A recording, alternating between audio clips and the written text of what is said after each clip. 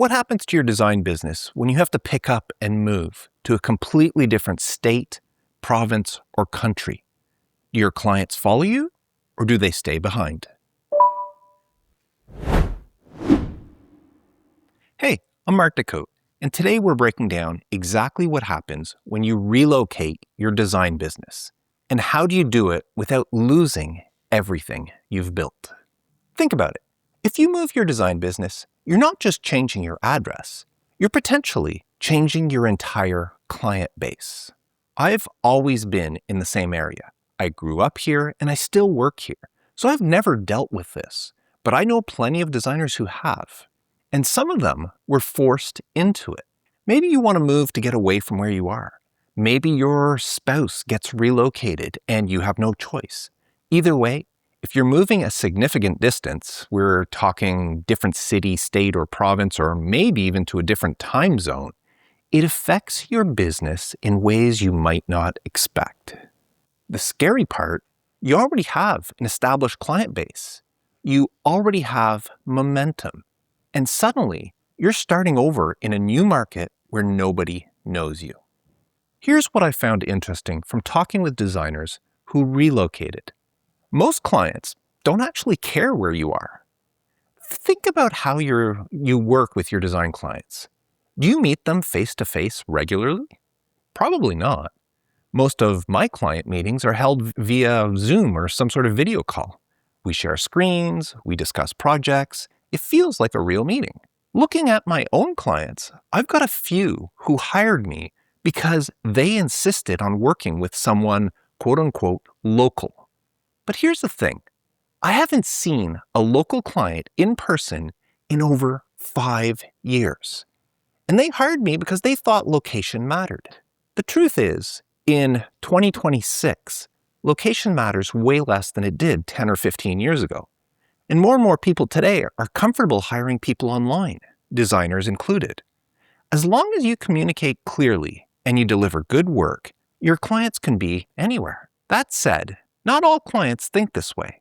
Some people have this impulse, this weird need to work with someone in their local city. And it doesn't make logical sense, but it is real. So you may lose a few clients because of a move, but the data suggests it's not as many as you would think. Now, why does this matter? Well, almost every designer I know started their business and continue to work with local clients. And when you move, those clients are no longer local. So what do?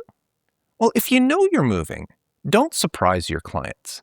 Tell them in advance. The way you frame it matters. You're not abandoning them. You're not disappearing. You're just physically relocating. And it might mean a few days of downtime while you pack, drive, and unpack. So when you bring it up, frame it in practical terms.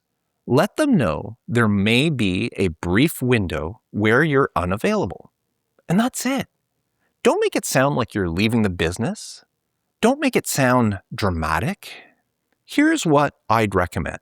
If you're taking on new clients a few months before you move, tell them up front, hey, I'm relocating on this date.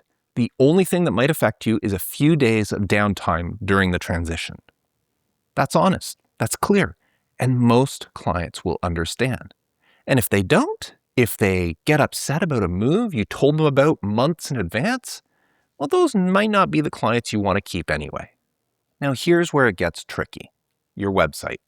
If you did your job well, your website should be a good lead generator, helping you to attract new clients. And if you've built up SEO in your local home city, which you really should be doing, by the way, then chances are that's where most of your leads come from. So when you move, you can't just abandon that, but you have options. You can keep landing pages for your old city while you build new ones for your new city. You can serve both markets at the same time, or you can transition everything gradually to the new city if that's the path you choose. But the smart move is to do both simultaneously. Keep the old market alive, especially if you've invested years in SEO there, while you're building momentum in the new one. But here's the reality. SEO takes time. If you move to a new city and you start from scratch, You may not see results for months, maybe longer. Meanwhile, you're relying on referrals and your existing client base to keep your cash flowing. This is why you need to think about this before you move. Don't wait until you're unpacking boxes and wondering how you'll get new clients in your new city. Plan it out. Figure out your website strategy. Get your landing pages ready. Start the SEO work before you move. Now here's something worth mentioning.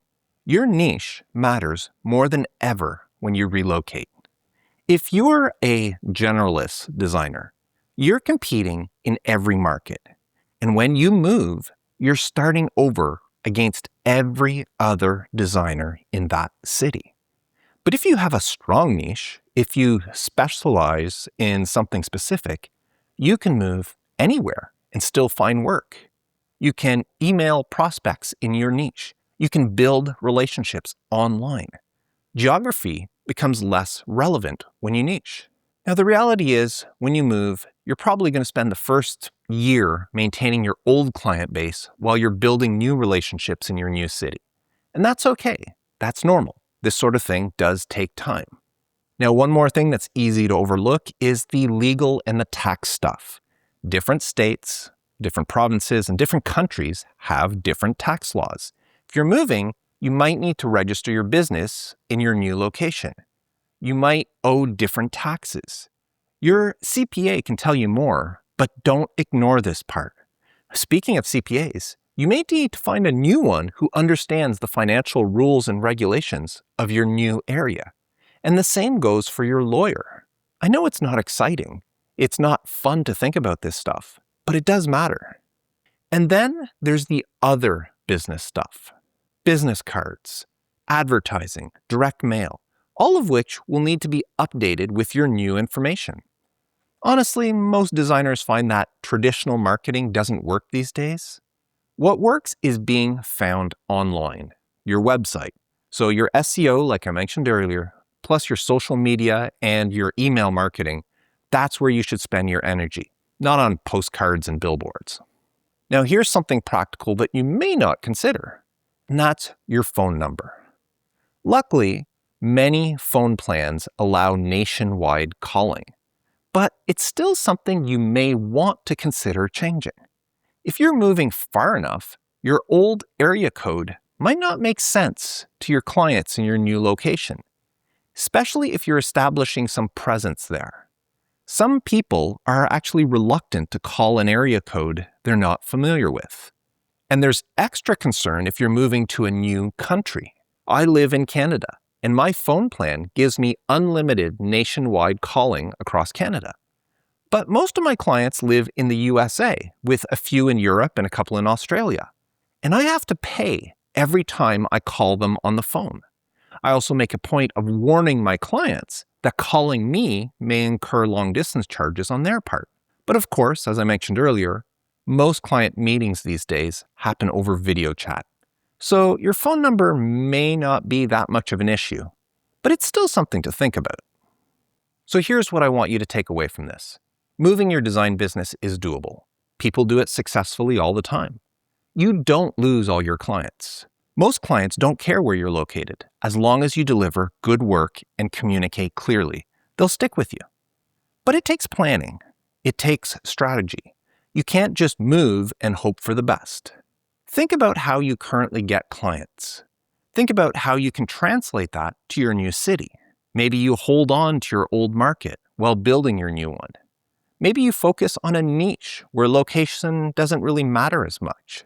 Either way, having a plan is everything. We're living in a geographically independent world right now. As long as you have an internet connection and a good plan, you can move your design business just about anywhere. It just takes intentional effort on the front end. If you're thinking about moving or you're worried about how it'll affect your business, the best thing you can do is start thinking about it now. Plan it out. Don't be reactive. Be proactive. And if you found this helpful, please subscribe to the channel. I share strategies and insights about running a design business every week. Till next time, stay creative.